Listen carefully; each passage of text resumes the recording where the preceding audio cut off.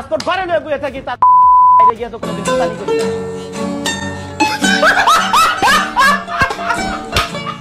This video is only interesting for me, not for you, because in this video I have shared something that I've experienced for the first time, so you may not like it, just hit the dislike button and watch the full video and comment below which part you hate most. আজকের ভিডিওতে আমি আপনাদেরকে আমার একটা কম্পিটিশনে participate করার এক্সপিরিয়েন্সটা share করব, যেটাতে আমি অ্যাকচুয়ালি অ্যাক্টর হিসেবে রোল প্লে করতেছিলাম। এটা হচ্ছে সাংহাই স্কিলের 2025-এর একটা কম্পিটিশন, হোটেল রিসেপশনিস্টের। সব চাইনিজদের নিয়ে আর কি এই কম্পিটিশন। আমি জাস্ট ইন্টারন্যাশনাল স্টুডেন্ট হিসেবে অ্যাক্টরের রোলটা পালন করব। So let's begin the video. আমি এখন যাচ্ছি আমার ভার্সিটির ডাউনটাউনের ক্যাম্পাসে।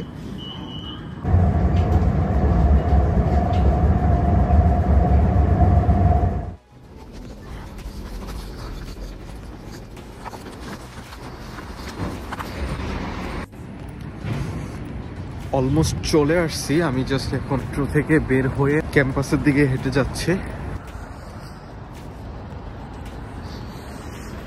টেম্পারেচার 1 থেকে 2 ডিগ্রিতে চলতেছিল, যেটার জন্য আমি শ্বাস নিয়ে কথা বলতেছিলাম, যেটা খুবই ওয়ার্ড লাগতেছিল। নর্মালি আমার ভার্সিটিতে আমি ফেস স্ক্যান করে গেটে এন্ট্রি করি, কিন্তু এই ক্যাম্পাসে আমার ফেস স্ক্যান হচ্ছিল না। তো সিকিউরিটি গার্ড আর কি কোশ্চেন করতেছিল কে কই থেকে আসছি।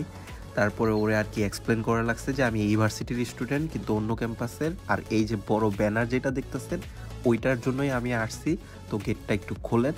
তো ও আর কি পরবর্তীতে কনভিন্স হয়েছে আর আমার ভিতরে ঢুকতে দিছে। এখানে আসলে ওয়ার্ল্ড স্কিল অর্গানাইজেশনের ন্যাশনাল লেভেলের সিলেকশন চলতেছে সাংহাইয়ে। এর পরবর্তীতে হয়তো বা এখান থেকে যারা সিলেক্টেড হবে বা অন্যান্য চায়নার ডিস্ট্রিক্ট থেকে যারা সিলেক্টেড হবে, সব মিলে আরেকটা কম্পিটিশন হইয়া ইন্টারন্যাশনাল লেভেলে তারা যাবে।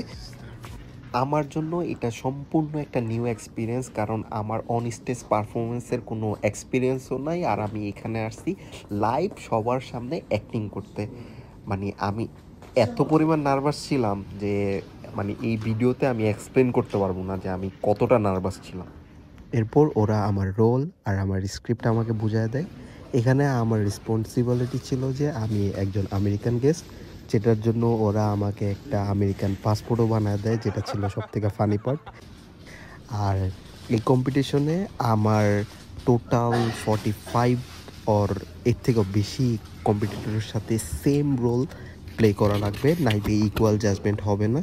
তো এজন্য এটা আমি অনেক নার্ভাস ছিলাম, কারণ আমি লাইভ সবার সামনে, এখানে সামনে প্রায় চাইনিজ 4টা জাজ ছিল, পিছনে আরও অন্যান্য ভলেন্টিয়ার ছিল, ক্যামেরাম্যান ছিল, আরও অন্যান্য টিচাররা ছিল। তো সম্পূর্ণটা একইভাবে করা ফার্স্টে খুব চ্যালেঞ্জিং ছিল, যদিও 1-2বার করার পরে আমি ইউজড হয়ে গেছিলাম, তেমন একটা সমস্যা হয় নাই।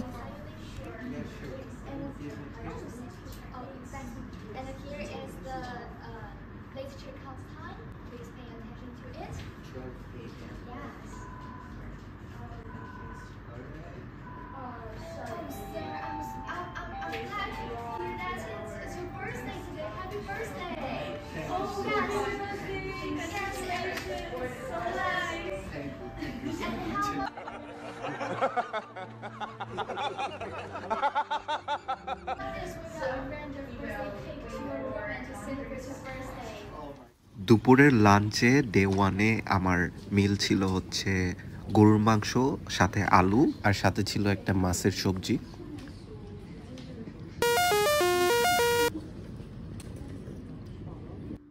এই জায়গায় আমি শুধু ক্যামেরার সামনে একটু ভাব নিতেছিলাম।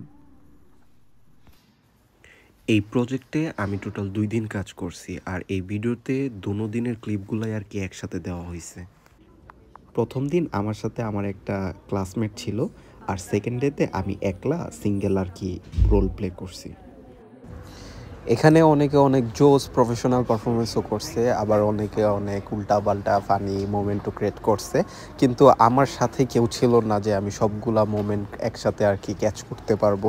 অল্প কিছু ফুটেজ কালেক্ট করতে পারছিলাম, ওগুলাই আর কি এই ভিডিওতে আমি অ্যাড করছি।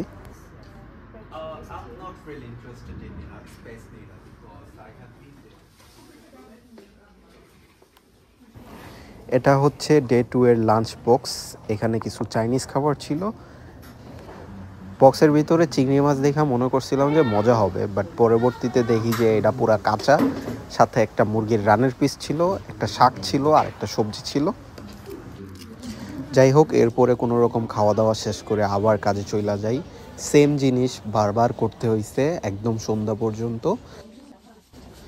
আজকের ভিডিওটা এই পর্যন্তই, আবার দেখা হবে নতুন কোনো ভিডিওতে। সবাই ভালো থাকবেন, আল্লাহ হাফেজ।